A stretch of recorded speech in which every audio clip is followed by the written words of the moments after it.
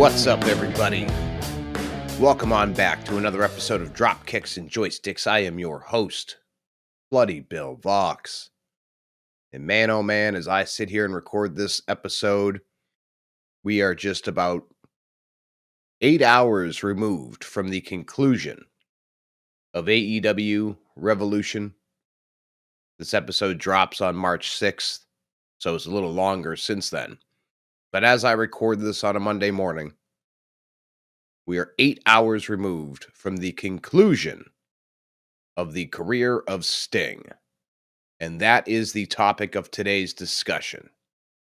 It's all about Sting. And on your screen today, the gameplay portion is going to be Sting in various matches throughout various video games throughout the history of his career.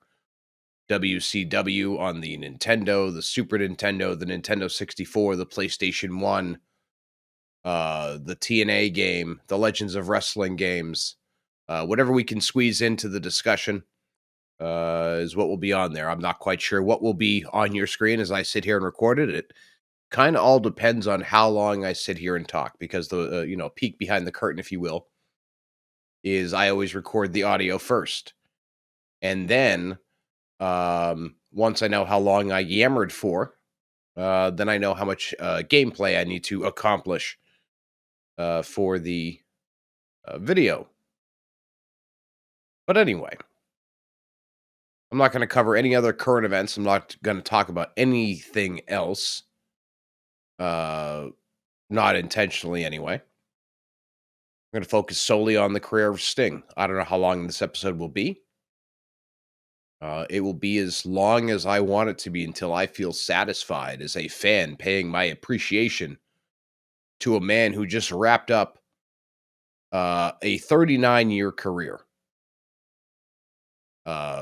Because doing some research for this episode using cagematch.net, one of the cooler databases for wrestling results and all of that sort of stuff, but using that for just a quick down and dirty little deal here, we've got a debut date of January 11th, 1985. Mere days before I was born, this man was making his in-ring debut somewhere in the United States. Not quite sure where that is. Here we go. He began his career as Flash in All California Championship Wrestling. Of course, he was teaming with Jim Hellwig, better known as the Ultimate Warrior. It's funny to think about how those two both started off with very light face paint and then basically grew into being the two big companies' version of each other.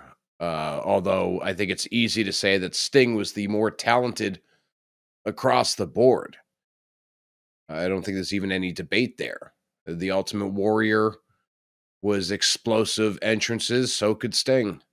The Ultimate Warrior was explosive offense, so was Sting. But where we break off there is Sting could wrestle an hour. Sting could cut a promo. So yeah, Sting was the better of the two. Why do we? Everybody always says you don't want to end up the Jannetty. Well, maybe you don't want to end up the Ultimate Warrior. I don't know. Not trying to disparage the deceased. I'm just having a little fun here.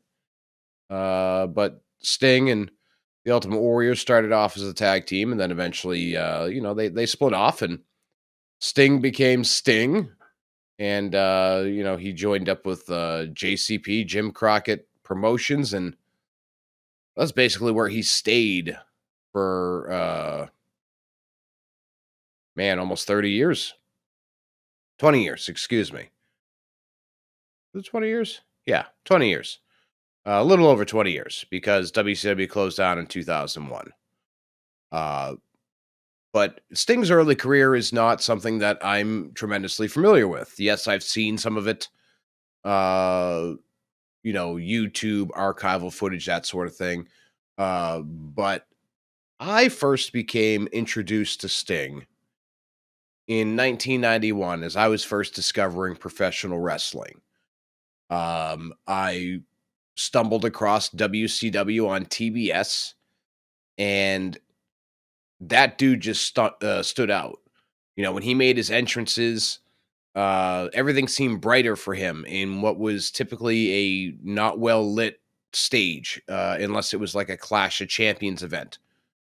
But Sting literally was bright colors on a dark palette within WCW. And not to say that WCW lacked talent, they had a lot of great wrestlers in WCW in 91, 92. They just didn't have great creative, great management.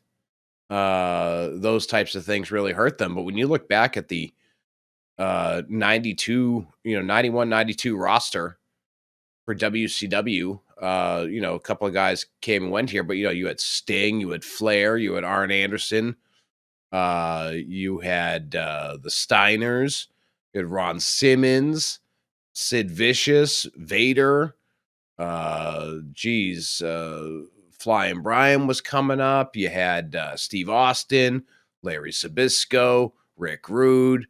I can't remember when Ricky Steamboat came and went, but he was around in that era. I mean, geez, WCW really did have a loaded roster. They just didn't have that one big major mainstream star, which of course would come later when Hogan joined the ranks in 94.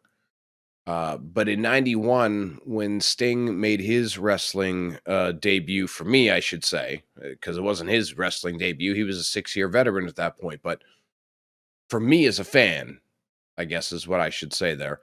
I'm sorry, I'm tired. Stayed up watching the press conference after the event too. Big mistake, man.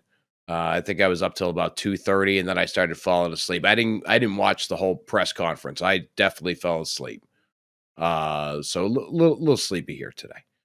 But anyway, when I first saw Sting, it was a part of my take wrestling in at all costs and however I could, whenever I could. So I was watching the WCW programming to catch everybody Saturday night, pro main event, whatever I could get, whenever I could. I'm not going to sit here and say that I watched every single TV that was going on at the time because, I was probably 5, 6 years old, 7 years old during this era. So, my access to a TV was based on when an adult would give me access to a TV. Um, but when I could watch it, man, oh man, was I watching it. And Sting was one of those dudes that I was watching and just rooting for. Because in that era, like I was getting to know all the names, but I listed off that roster now, but back then it was, more of the looks is what was catching me. Like I remember liking Vader at the same time because he was just a big dude in the helmet that he came out with, and Flair stood out obviously, and then some of the WWE guys that were there, like Rick Rude. The Dangerous Alliance was another one that started standing out to me. So WCW definitely had its gems, and Sting was at the forefront of all of it. He was the Hogan in WCW before Hogan was there. He was the franchise, he was the banner, he was the guy, he was the baby face. And that's I'm sure that's exactly why Sting caught my attention when I was first getting into wrestling. And a fun story about how Sting was just attention grabbing. I shared this briefly on X over the weekend before his last match, but I can expand on the story a little bit here. And I've kind of told the story a little bit during the Christmas episode back in December, but here's some new details. So as I've previously told the story, my Christmas of 1991 was WWF dominated. Uh, Figures, rings, belts, hats, jackets, gloves, trash cans, whatever. It was WWF all the way, except for one WCW Galoob figure. And if you remember the WCW Galoob figures, they were stupidly stiff. They didn't move. They weren't posable. They were stuck in a pose, which made wrestling with them, if you had a ring and stuff, kind of ridiculous. But the one WCW Galoob figure that I got was Sting. And I remember my mother saying, I know that's not WWF, because that's what they all knew I was into at that point in time. Because even to this day, when you say wrestling to somebody that doesn't know wrestling, they'll be like, oh, that WWF stuff. If they grew up in the 80s, and if, a little old or a little younger, they might say, oh, that WWE stuff. But she goes, I know it's not WWF, but I just thought he really looked cool. And so that's why I got that one for you. And I was like, yeah, eh, he was cool. And I think putting that Sting figure in my hands is what really solidified me as a fan. Um, I got figures of all these WWF guys that same Christmas, but then I got this figure of Sting that, it is tangible. It's one thing to watch these guys on your TV screens. It's another thing to be able to have a piece of their merchandise in your hands. And so that Christmas, I got the Hasbro ring and a bunch of WWF Hasbro figures, and then I got the Sting figure. So naturally, Sting invaded the World Wrestling Federation, became the World Wrestling Federation champion, walking around with his WCW belt that came in the package and the winged eagle. It's funny that I took the uh, most over guy in WCW and made him basically an invading heel in my WWF. Um, Basically, when I was a kid, once I had the wrestlers, any other action figures that came down the pipeline for me, they all had potential to join in the wrestling action. I was heavily into the Ghostbusters as a kid. Peter Venkman, WWF champion, former. You betcha. The Ghostbusters house was the locker room. The car was the quote unquote ring gondola. But Sting was the first non WWF figure to come along and win the WWF championship.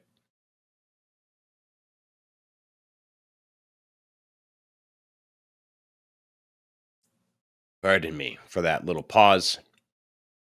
Uh, like I said, late night coming into recording this, watching AEW Revolution, lengthy pay-per-view. We'll talk about, the pay-per-view itself a little bit later.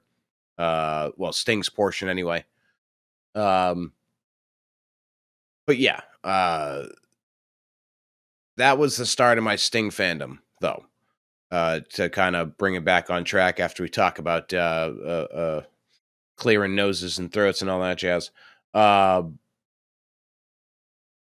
fandom kicked off there, and it never stopped. Sting was always fun to watch. Like, I remember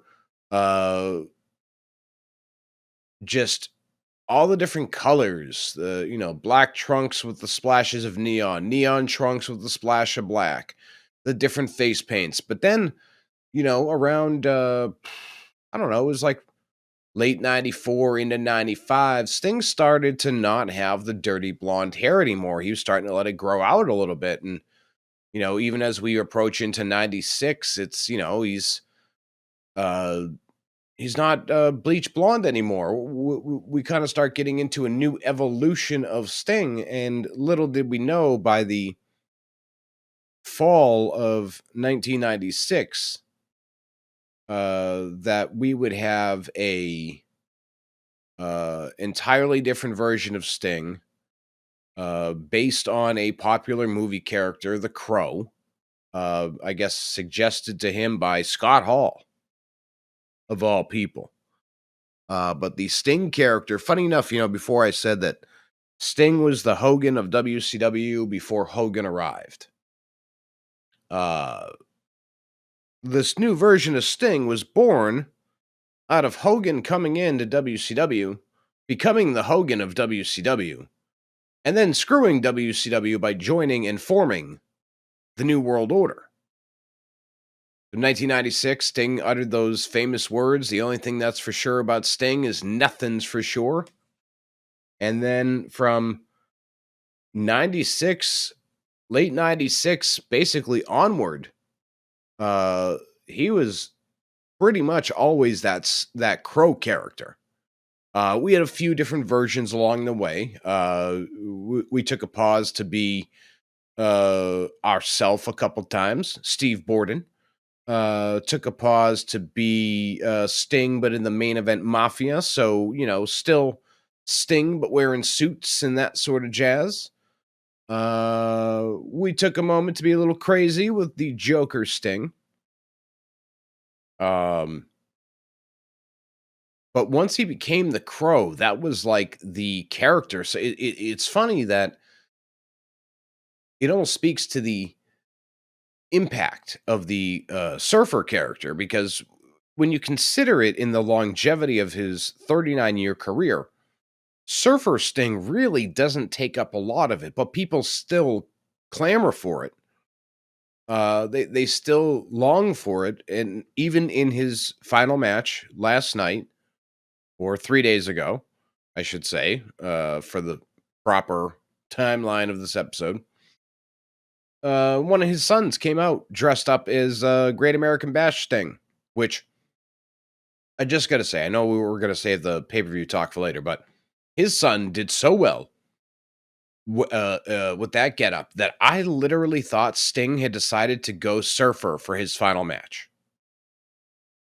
Totally got me, fooled me, 100%. I absolutely thought that Sting had somehow poofed out his hair, dyed it blonde, and decided to go Surfer for his retirement. I was like, huh? It blew me away. And definitely fooled me. So kudos to whichever one of Sting's sons played Great American Bash 90 Sting, the USA Sting. Whichever one did that, you got me good. You got me good, you fucker. um, but yeah, it's just funny. I was sitting here talking, thinking about it. This was not something I thought about ahead of the show. The various chunks of his career playing which versions of Sting. That Surfer character, what I think 87, 87 to 96. So that puts us at what 6 and 3. So about 9 years. 9 years out of 39. That's wild. The rest of the time, for the most part, spent as the Crow, 20 plus. So I don't know. I'm not knocking on the Surfer character at all either. It's crazy that its impact was so large in such a short time compared to the rest of his career. Comparative to, I should say, because 9 years is not a short time. But it's comparative to. But once Sting started playing the Crow character, I think at that time too, that Crow character really connected with a lot of people because it wasn't just a character in wrestling. That the silence, the enigma nature of the character, that was something that I feel like a lot of kids my age felt at that point in time, like uh prior to, this is prior to any massacres that happen involving trench coats, but I feel like to some degree Sting made trench coats cool. And growing your hair out and walking in silence, because that movie The Crow, which funny enough I've never seen, judge me if you will, it just missed me when it came out, and I've never gone to watch it. I don't know why. Never had a reason to. Um, but that movie connected with a lot of people also. And I think too, I'm just speculating here, but I think also the fact that Brandon Lee passed away while making that movie, and then somebody was playing a character that wasn't making fun, but almost was paying tribute. I think that helped make that character extra special. And for almost 18 months,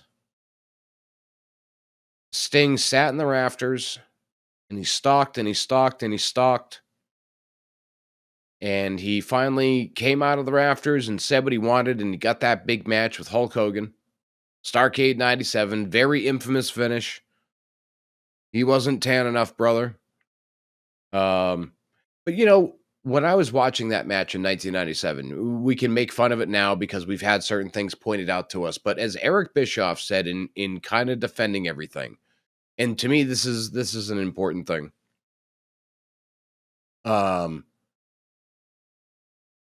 Everybody was happy though. Like, yeah, the finish was fucky. It was murky.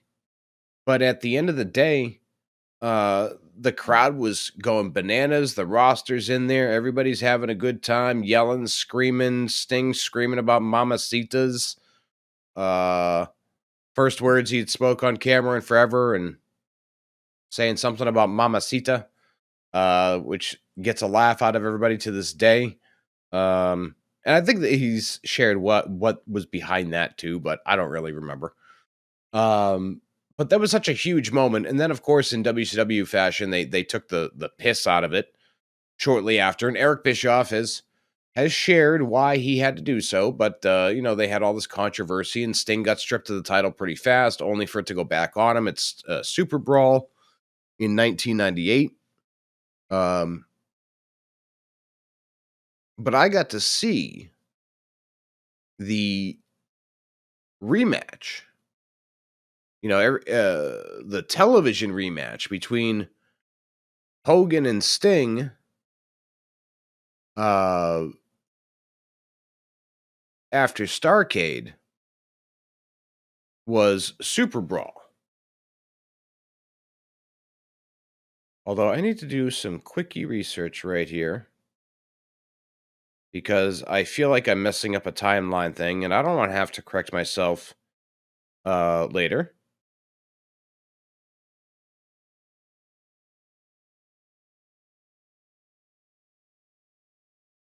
All the way to the bottom. There we go. Okay. So that's what I thought. So it's not the rematch between Hogan and Sting. The third match between Hogan and Sting, advertised to be at Super Brawl. But I actually got to see a match that the two of them did at the then known as the Fleet Center in Boston.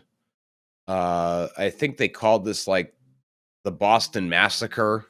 It was an internet pay-per-view, actually. I believe it was marred with technical difficulties and didn't really do very well.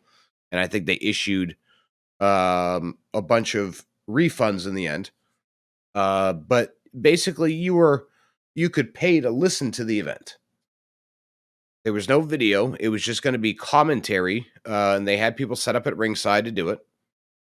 But the main event of this card was Sting versus Hogan inside of a steel cage. And that was the very first time that I ever got to see Sting wrestle live. In fact, throughout all of my years of wrestling fandom, I think I've only seen Sting live twice. I only went to one WCW event, um, when he was with them, that Boston house show. I never went to any Nitros or any of the Thunders that were in Boston or New Hampshire. I don't know why either. Because I was a big Nitro guy. It's funny to me. And then the other time that I saw Sting, I can't remember the year specifically, but it was a Slammiversary in Boston. I want to say it was 2013. I took on Bully Ray. And the stipulation was that if Sting couldn't win the title, he wouldn't get any more title shots. I don't know, as long as Bully Ray was champion or never or ever again. I can't remember what the deal was, but there was some caveat where, you gotta win the championship, kid, or you get no more shots. Um, so I've seen Sting win one. I saw Sting lose one. But the first one I'm talking about here was the rematch with Hogan. And it was all out chaos in the end.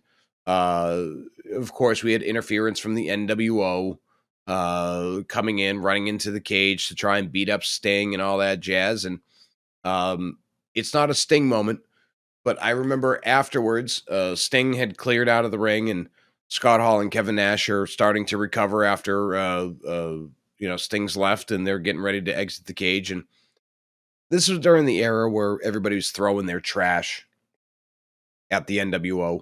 Um, so Scott Hall and Kevin Nash are sitting there swatting the drinks, and then they get on the mic and they say, "Hey Boston, we just want to say thank you for sharing your beverages with us. But could somebody throw us like a water here? Because a lot of these are open." Basically, they ask for a particular beverage, and zoom, in it comes from the crowd. It was a fun show. Um, I remember having a really great time at that. Um, I got what did I get? An NWO poster that day is what I got. I got it was the old school picture. I think it had not really old school, but I think it had Six and DiBiase and Giant, Hogan, Hall, and Nash on it. Um, and the event was called Boston Brawl. Excuse me, it wasn't Boston Massacre. It was Boston Brawl. But yeah, Sting defeated Hogan in a steel cage match in the main event. Prior to that, um, I had seen DDP, Luger, and Larry Zbyszko defeat the NWO in a six-man tag team match, and I was correct about this. We did see Brett and Flair.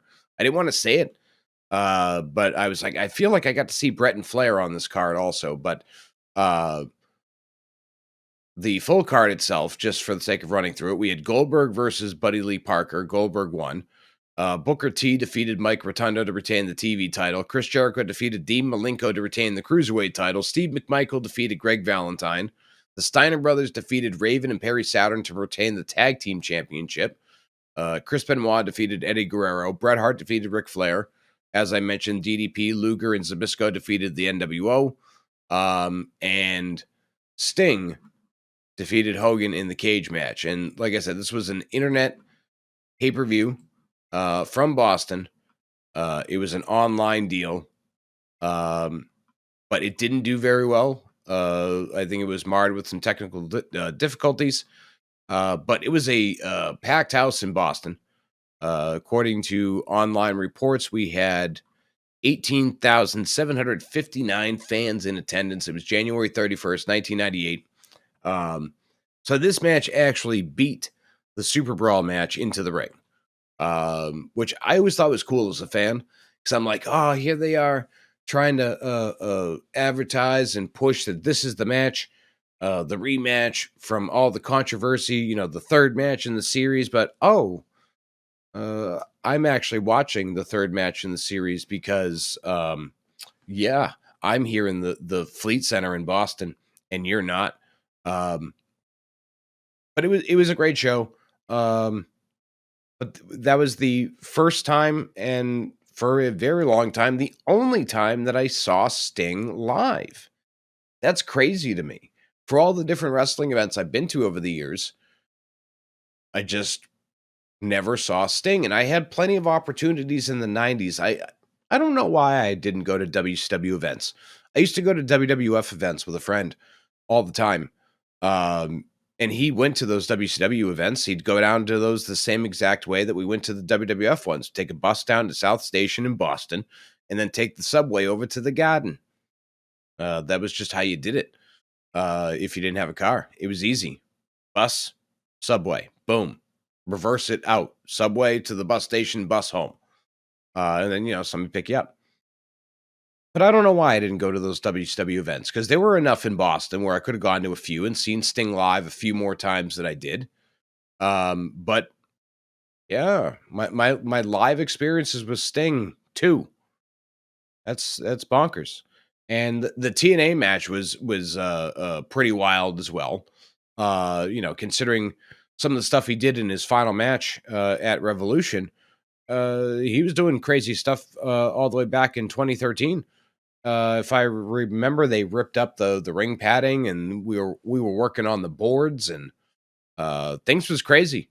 Bully Ray and Sting had a pretty physical feud. Bully Ray was doing the aces and eights thing at the time, and then that spawned into Sting bringing back the main event Mafia with newer members, and then that eventually led to his exit from TNA. He eventually joined WWE. We don't talk about that here because that was just such a failed, miserable, abysmal run, and he's recently talked about it and said that he basically did that to get closer to that match with the Undertaker. And when Vince McMahon called him about that match with Seth Rollins that temporarily halted Sting's career, Sting said that he only said yes to that match because he wanted to get closer to that match with the Undertaker. And a buddy of mine was sitting here last night, or 3 nights ago, as this episode drops, and he goes, "Here's my theory. If Sting hadn't gotten injured in that match with Seth Rollins, at WrestleMania 38, we would have seen WrestleMania 32, we would have seen Sting versus The Undertaker because Shane McMahon was so random." I'd never really thought about it before. Could we still have gotten Sting versus The Undertaker if Sting hadn't gotten hurt? There's a few matches that Sting never got to do. The two that come to mind are Sting versus The Undertaker and Sting versus Shawn Michaels. Actually, no, let's throw a third in there. Sting versus The Rock. Those are 3 matches I think that would have been cool to see that we'll never see. Sting had matches with Steve Austin, but yeah, let's throw Stone Cold in there. Sting versus Stone Cold. We got Sting versus Triple H, and that ended, I don't know. There was a period in time where I thought that, what's the benefit in having Sting win over Triple H? Storytelling wise, but as the years have gone on, I've had to kind of kick myself in my own ass over that one and say, nah, Sting should have won. You finally landed that dude after all these years, and you treat him just like you treated every other WCW big name. You treated him like garbage. They did that to so many former WCW guys. Thought it would be different with Sting. You finally land Sting. Sting had been with TNA for 8 years by the time he went to the WWE. And it was exciting when he joined the WWE because it had been rumored, rumbled about.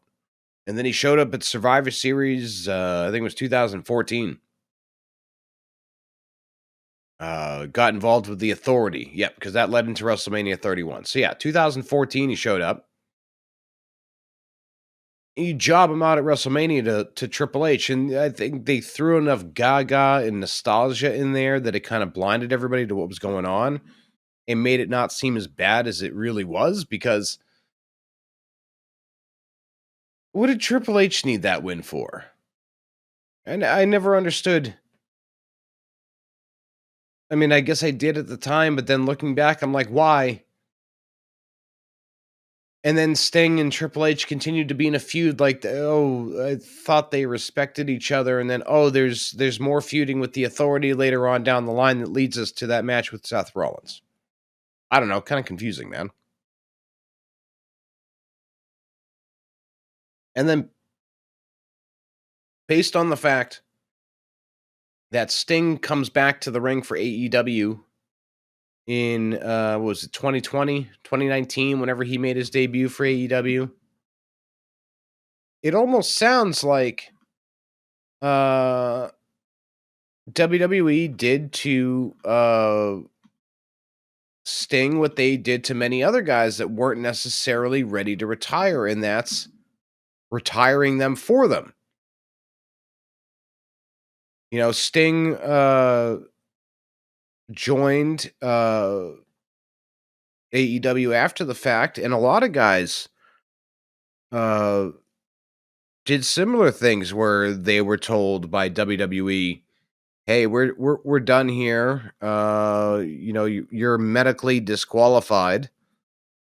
And so we're putting you out to the pasture there, sir. And then, they pop up somewhere else. So I'm just trying to get the exact time when Sting debuted here, but my screen is being a little weird. There we are. December 2nd, 2020. So it was late 2020 that Sting made his debut. There we are.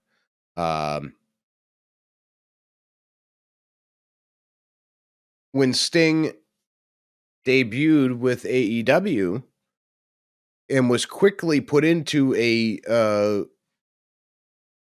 tag team situation, which I believe the first match, Revolution 2001. Funny enough, um, Sting's retirement was over. So, kind of begged the question of who made the decision about Sting retiring when he retired in WWE. You know, we had seen it happen with Ric Flair. Flair wasn't done. We've since seen it happen with Samoa Joe. He's returned to the ring. He's the AEW World Champion as of today. We've seen it with Edge. We've seen it with Christian. We've seen it with Bryan Danielson. I guess the point I'm driving at is I just wonder how much WWE is deciding when careers are over sometimes.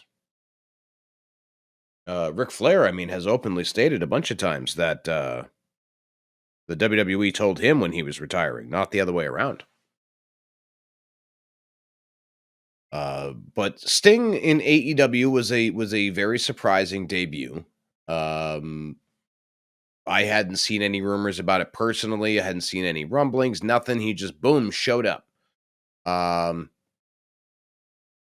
and it was cool. I mean, nice to see Sting back on TV again. The way he was first presented, it seemed like maybe he was going to just be kind of a face. Like the last we knew about Sting is he couldn't wrestle anymore. But then, funny enough, on my birthday in 2021, according to this, they announced his return to the ring, which was a street fight. Sting and Darby Allin against Brian Cage and Ricky Starks. And they did the cinematic deal with that because we were still in the midst of COVID at that point in time. I think things were kind of starting to come out a little bit in terms of live events and that sort of stuff. But according to some of the research that I got here, Sting only planned initially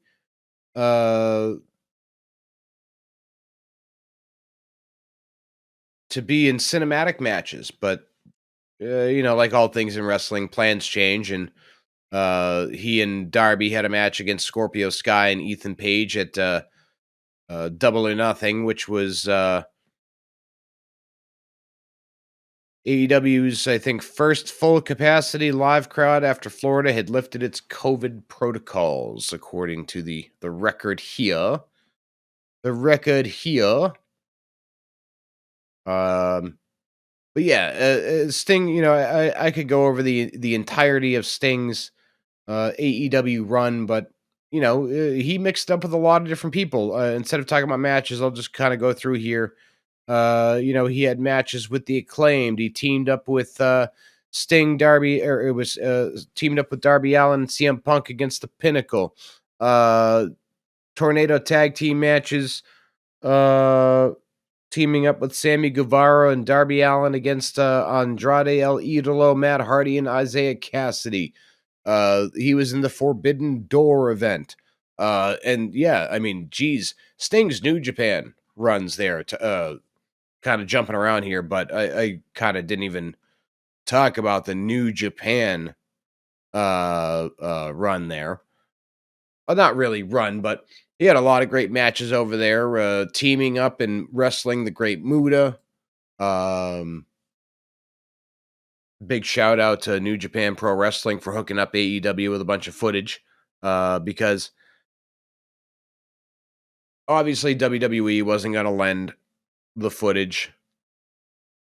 Same thing with TNA, who has a loose working relationship with WWE, and after how their relationship with AEW played out, I don't know that they're anxious to work with AEW again. But New Japan has an active relationship, and so they lent some of the footage. But uh, the Sting in New Japan, lots of highlights. In fact, going back here, um, March 21st, 91 against Great Muta on Cage Match is a match worth watching. You could see that on New Japan World, I would assume. And then also January 4th, Tokyo Dome show. 92, Muta and Sting versus Rick and Scott Steiner. I'm sure he's got some other gems in New Japan beyond that, but I didn't want to get to concluding remarks and that sort of stuff without talking about, uh, at least briefly, the Sting internationally, uh, as far as being in New Japan Pro Wrestling. But yeah, as I said, getting to concluding remarks and that sort of thing, because I wasn't really sure how I was going to approach this episode. Everybody's going to do career retrospectives, and I think I through the video game play on the screen. I think I've tried to cover that as best I can. Um, but I wanted to do this episode just talking off the top of my head about Sting because the man has meant so much to the professional wrestling industry. He's done so much. He's been so much to so many. I think it was Adam Copeland that said it best. Everybody that's in the wrestling business or has been in the wrestling business, a portion of it is because of a guy like Sting. And it's so true. Uh, Sting has just always been a constant and he's always been constantly good. And that's another reason why everybody holds him in such a high regard and why last night was one of the biggest houses that AEW has done in the United States in a long time. And they did it all solely on the retirement of Sting. They advertised it, they promoted it, and they got it together. Um, but yeah, I wasn't sure how I wanted to approach this because how do you properly thank and talk about a guy that gave so much to something that we all love? And as somebody pointed out yesterday, Sting retiring is another sign that our childhoods are coming to an end, and people can make fun of the dudes that were crying real tears last night, but you know what? My message to those people is pretty simple. It must suck to not really truly love anything. That you don't feel that kind of emotion, that anything you love in life can't make you feel emotion. Or maybe you're so stunted from an upbringing that it was a little out of your control, but you're so stunted from that upbringing that you just lack basic human emotion. Sting's retirement is emotional. I don't care. You can call me a baby, you can call me a neckbeard, you can call me whatever, delusional, mentally unstable, because I am. That last one anyway. Yeah, delusional too. A little bit sometimes. Anyway, I digress. Sting is somebody that we all grew up with. He's 64 years old now. He was in his 30s when we all got introduced to him, in his 20s. As much as we grew up with Sting, Sting has grown up with us.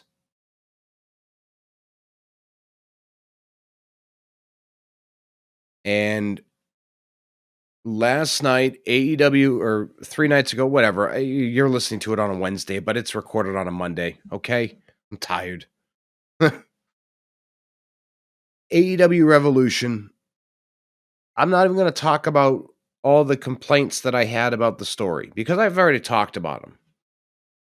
The end result of what happened last night, pay-per-view cutoff notwithstanding, they uploaded the speech on their YouTube, so I guess all that ends well is well there. Plus, it was just Tony Khan coming out.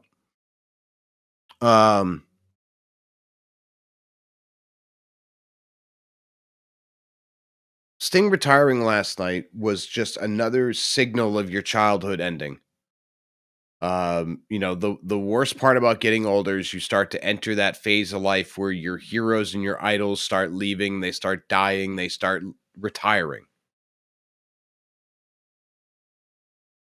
These are just further steps into the idea, the reality that our childhoods are in fact over.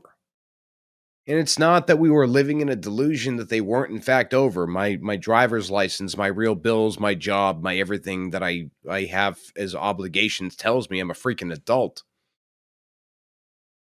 But these little slivers of your childhood still hanging on, they're punches in the gut.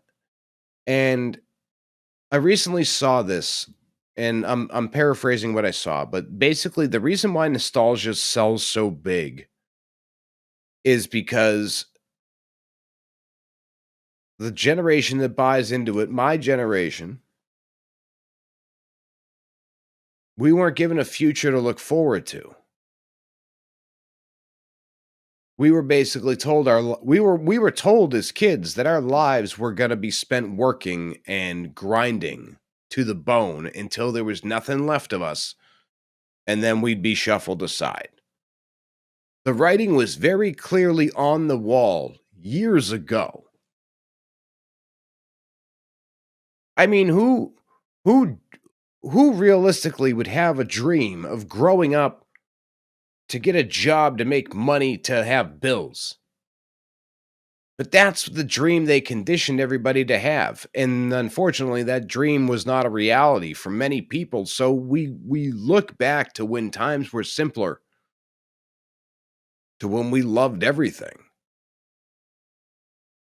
And Sting retiring is another one of those signals and those signs that the times that we loved everything and had no cares and no worries, it's really disappearing and going away. Those pieces that hung on for years are going away.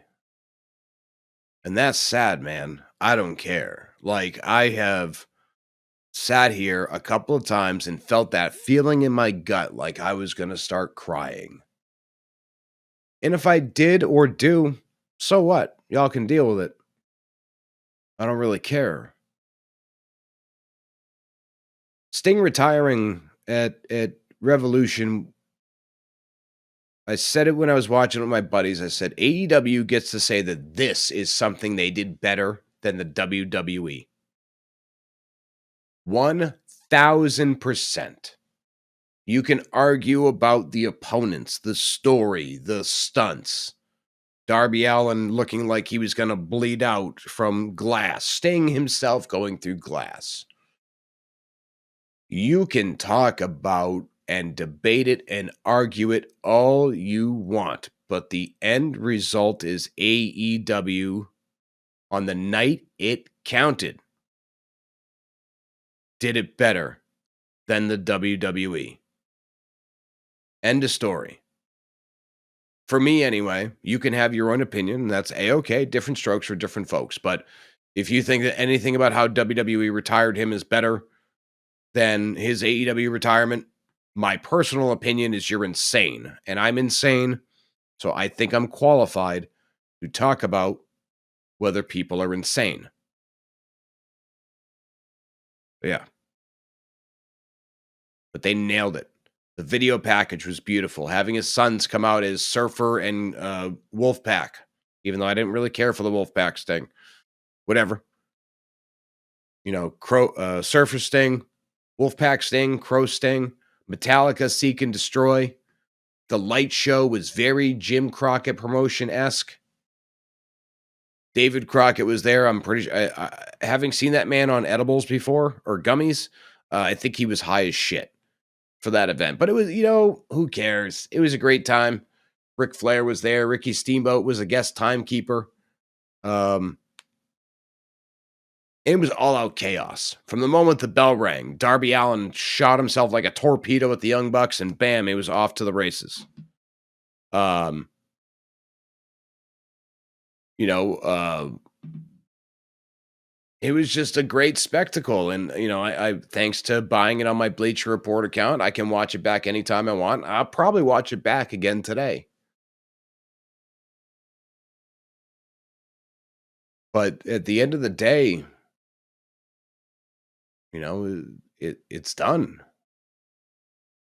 And yeah, there's always that chance that maybe he could do one more, but the man is 64 years old. That window is definitely shrunken. I think this time when he says he's done, I think the man is truly done. I wouldn't rule out on camera appearances, interviews, promos, cameos, but in terms of wrestling, I think he's done. Done for good.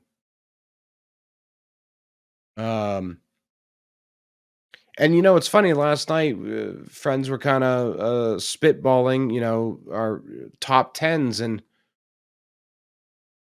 I don't know if it's because we were just talking WWE at the time, but I compiled my list mostly of just WWE, and a guy that I left off for some reason was Sting.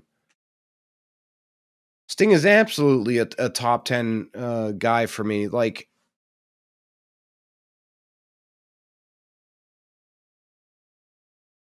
in high school, that Crow character,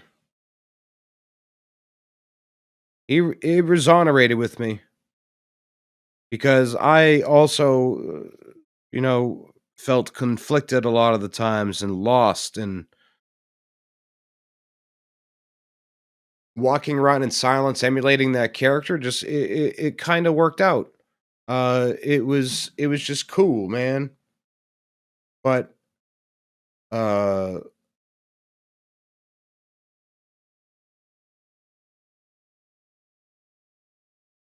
I was, almost happened.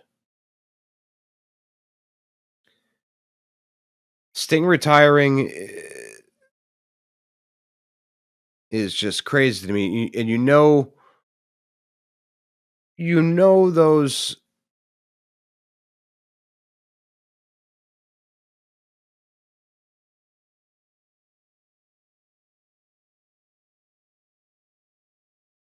childhood was so much simpler, right?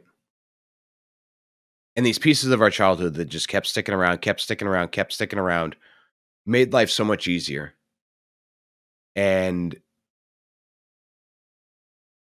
I have spent a lot of my days dealing with a lot of mental health struggles. I won't get into them crazy here, but having guys like Sting around was a sense of comfort. And mock that if you want to. It's a sense of comfort. And that comfort is now gone. And we got to get used to The fact that another piece of childhood is gone, another round of childhood is come to an end. But when you remove all that sadness, and I think this will be my closing remark here because it's the surrealness of the retirement is really hitting me. We watched that live last night, and we were talking about it also. Said, how many retirement matches do we get to really know about in advance? And Sting's was one of them. Um, but it's just it's surreal to me that Sting is retired. His in-ring days are done. Spare for some cameos and stuff. We'll never see him in the ring again. But rather than focus on that, let's focus on the fact that this man gave 39 years of his life to the wrestling business. Countless memories against countless opponents. Ric Flair, Arn Anderson, Hulk Hogan, Kevin Nash, Scott Hall, Randy Savage, Great Muta, Vader, Cactus Jack, Rick Rude, the Steiner brothers, Lex Luger, Harlem Heat, Diamond Dallas Page, Goldberg, Samoa Joe, AJ Styles, Jeff Jarrett,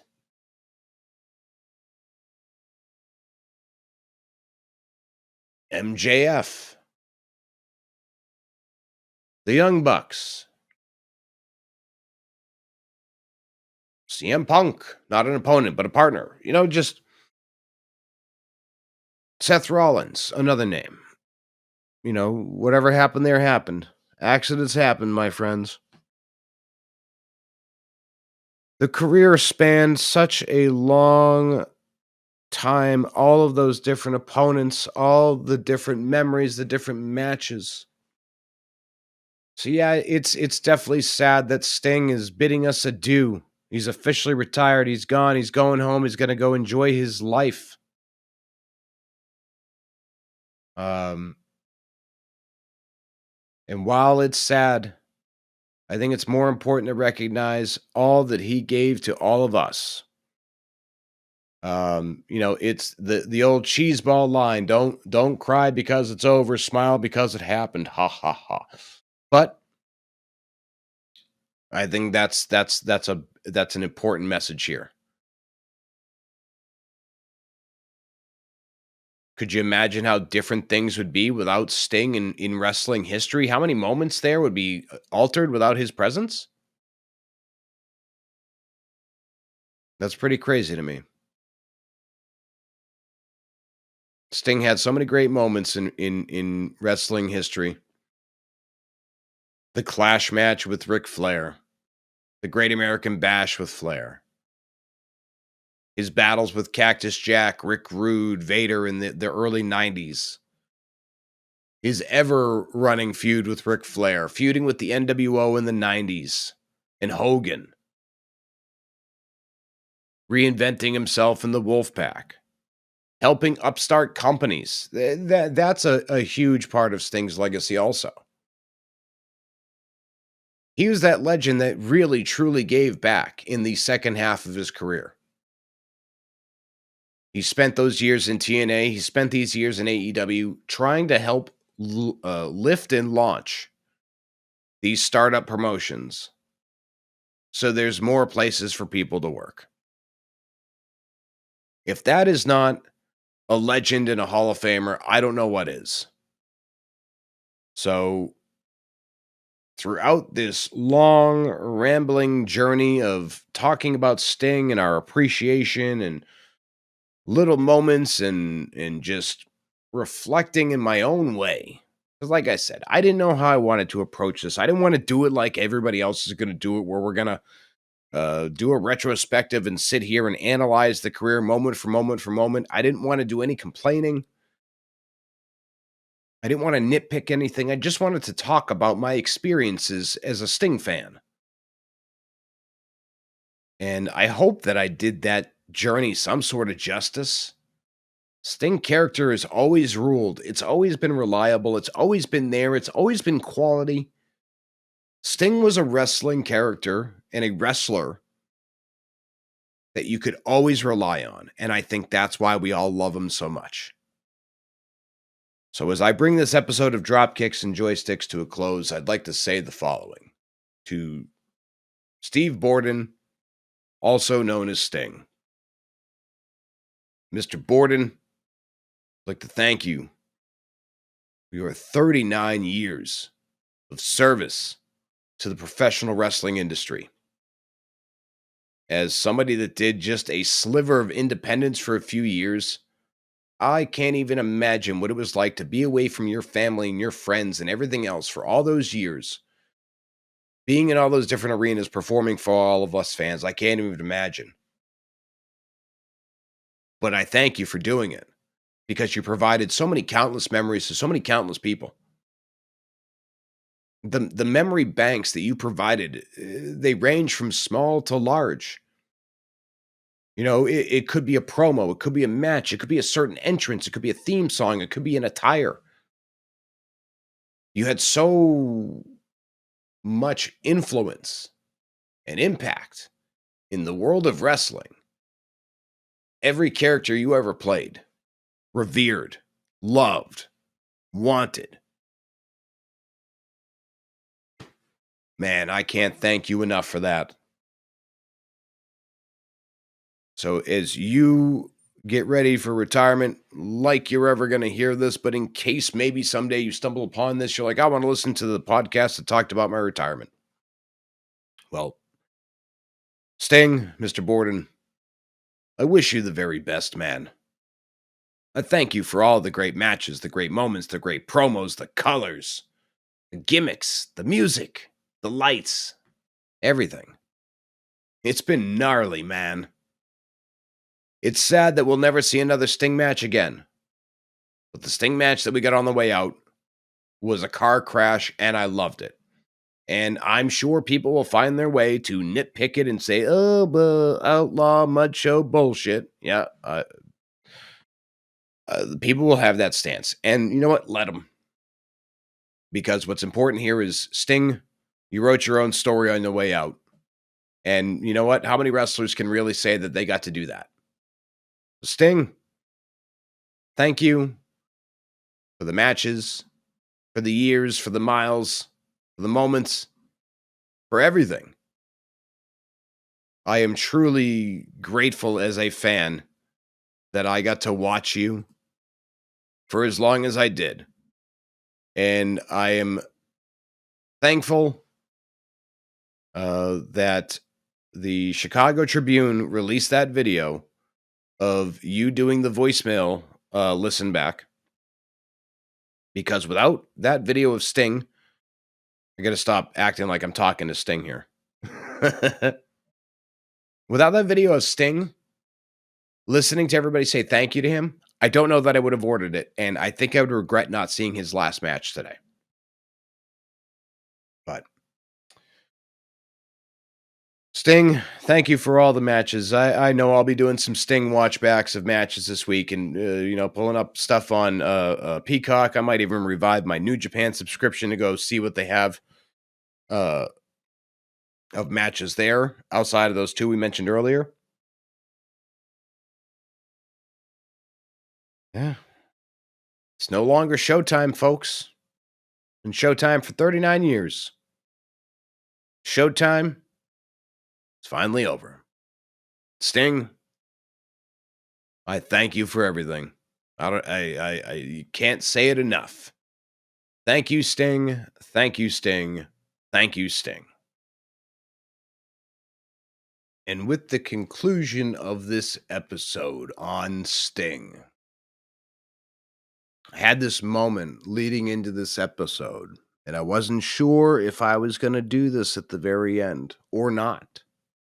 So I recorded multiple endings to this episode. But this is going to be the last episode of Dropkicks and Joysticks. Um, I'm just not feeling certain aspects of things anymore. I don't feel like the episodes have been good lately. Um, I don't know. There's a part of me that thinks I might be slowing down on content creation.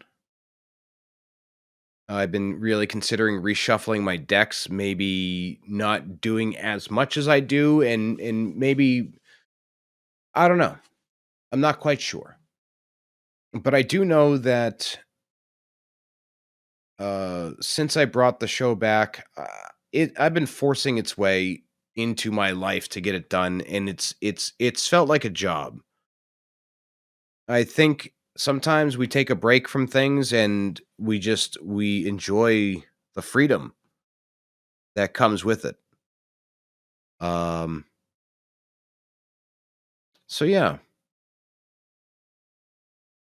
I just decided this yesterday. Funny enough, is I was getting ready to watch Revolution 24 hours before I recorded this episode. I said,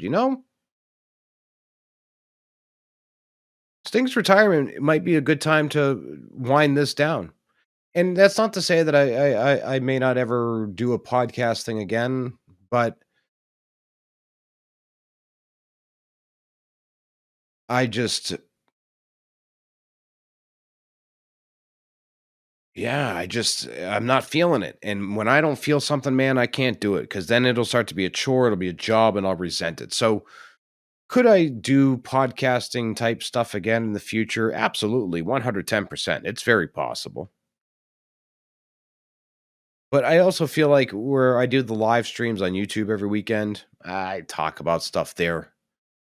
And then we run the risk of repeating ourselves here. Um, but there's nothing bad going on or anything like that. This is just a personal decision, and the timing seemed right. Sting's retiring. We can sunset the show as well, same time. Um, and I think there's going to be some other changes coming to the way I produce content coming up in the next month or so, month to 8 weeks. I'm not sure. We might reshuffle the deck just a hair, just a little bit. Um, but I'm still going to be around and stuff. It's just I'm not feeling the podcasting thing anymore. And it's not for lack of success or anything like that. It's just I'm not having fun with it. That's it. And like I said, if I'm not having fun with something, I'm not going to do it. I'm not going to produce half-assed content either. And that's I feel like some of these have been half-assed. The one thing that I will say that is going on is I've had a lot of concussions over the years. I have post traumatic stress disorder. I got the anxiety. I've got clinical a lot of stuff, and I feel like at times it's really weighing on my brain functions. And I will talk to doctors about it, and they'll be like, "Oh, you're just tired. You need better sleep. That's it. That's the root of your problems is sleep." But when I struggle to stay on topic and remember what I'm saying, tells me that there's something off with the function, the brain function. But in American healthcare, we don't, you know, we're depreciable assets, and they'll only treat you as long as your useful life maintains or dictates that you be treated. But so yeah, between things not being fun and what I feel like could be some cognitive issues, I'm just deciding to sunset this podcast along with Sting sunsetting his career. The timing just seemed right on it. So, yeah, that's it, my friends. Made it to 30 episodes. I've done 2 podcasts in my life. The first one, I only made it like 10 or 11. I made it 30 with this one. That's pretty cool. I'd hoped to make it to 52. I wanted to make it to 52 so I could say I did a year's worth, but that's all right. I want to thank people that did listen for these 30 episodes. There's a small audience, being realistic about it. It was never monstrous. The listen times weren't even all that long. So, you got to look at your analytics sometimes too. But those weren't ever playing a role. Like I said, it's not fun. I'm really tired lately, and I got to prioritize a little bit. So, yeah. Thank you for listening. Thank you for sharing. Thank you for being here. And until the next time I catch you out on YouTube or Twitch, wherever the live signal may take me, have fun out there. Stay safe out there. And be happy out there. That's really all we can do. But thank you for listening to Dropkicks and Joysticks. This is Bloody Bill Vox, signing off for the last time. All right.